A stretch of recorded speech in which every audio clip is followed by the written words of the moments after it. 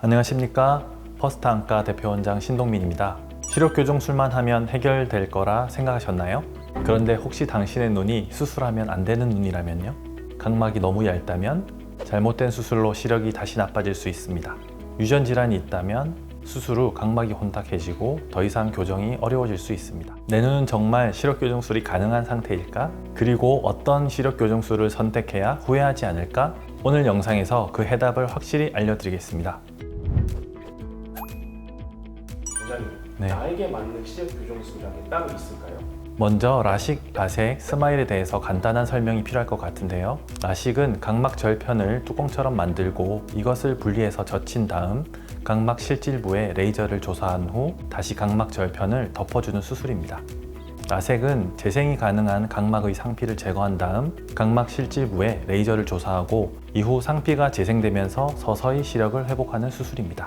스마일은 각막을 투과하는 펜토초 레이저를 이용해 각막 실질부를 3차원적으로 절제하여 만든 렌티큘을 분리하고 미세한 절개창을 통해 제거하는 수술입니다. 수술마다 장점과 단점이 있기 때문에 선택할 때 어떤 것을 우선으로 생각하는지에 따라 적합한 방법이 달라질 수 있습니다. 하지만 우선으로 생각하고 원하는 수술이 있어도 눈 상태와 검사 결과에 따라 불가능할 수도 있기 때문에 검사를 받아보지 않고 고민만 하기보다는 정확한 검사를 한 후 내 눈에 맞는 수술 방법에 대해 상담 받으시는 것이 좋을 것으로 생각됩니다.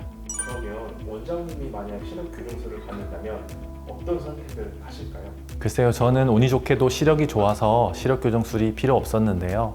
만약 나이가 30년 정도 젊어지고 근시가 있는 상태라면 아마도 통증이 없고 회복이 빠른 스마일 수술을 받지 않을까 생각됩니다. 최근에 친구나 지인들의 자녀분들이 수술 받으러 오시는데 이런 편리함 때문에 조건만 된다면 스마일 수술을 많이 권해드리고 있습니다. 시력 교정술이 안 되는 눈도 있나요?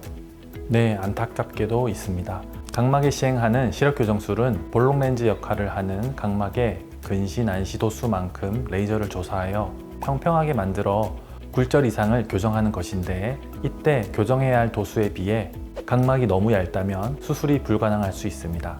또한 각막의 두께는 충분하더라도 각막의 모양에 문제가 있는 경우에도 수술이 불가능한데요. 이런 경우 수술로 인해 각막 확장증이라는 부작용이 발생할 수 있기 때문입니다. 각막에 하는 시력 교정술이 안 되는 또 다른 경우는 유전성 각막 이상증이 있을 때입니다. 대표적인 것이 아벨리노 각막 이상증인데요. 각막에 비정상적인 단백질이 쌓이면서 결정 형태의 각막 혼탁이 생기는 유전 질환입니다. 만약 이 질환이 있는데 수술을 진행한다면 회복하는 과정에서 더 많은 혼탁이 생기게 되고 결과적으로 시력이 더 불편해지게 됩니다. 아벨리노 각막 이상증은 유전자의 일부 돌연변이로 인해 발생하므로 유전자 검사를 진행하면 쉽게 발견할 수 있습니다. 그래서 수술 전에 각막에 이상이 없더라도 가급적이면 확인한 후에 수술을 진행하는 것이 좋습니다. 이 외에도 각막에 심한 상처가 있거나 염증이 있는 경우에도 수술이 제한될 수 있다는 점 참고하시면 되겠습니다. 원장님은 교정술을 하실 때 시력의 질을 높이기 위해서 어떻게 진행하시나요? 시력 교정술은 환자의 눈 상태에 맞추어 개인이 가지고 있는 굴절 이상을 교정하는 것인데요. 그래서 눈 상태에 대한 면밀한 평가가 우선적으로 필요하다고 생각합니다. 이를 위해 우선 다양한 장비를 통해 눈에 대한 검사를 정확하게 잘 해야 할 것이고요. 검사 결과를 잘 분석하여 최적의 수술 방법을 찾는 노력이 필요할 것입니다.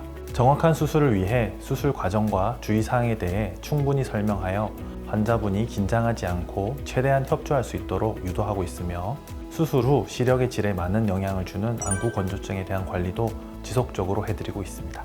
오늘은 각막에 시행하는 시력 교정술에 대해서 이야기해 보았습니다. 수술에 대해 궁금하셨거나 어떤 수술을 받을지 고민인 분들에게 도움이 되었으면 좋겠습니다.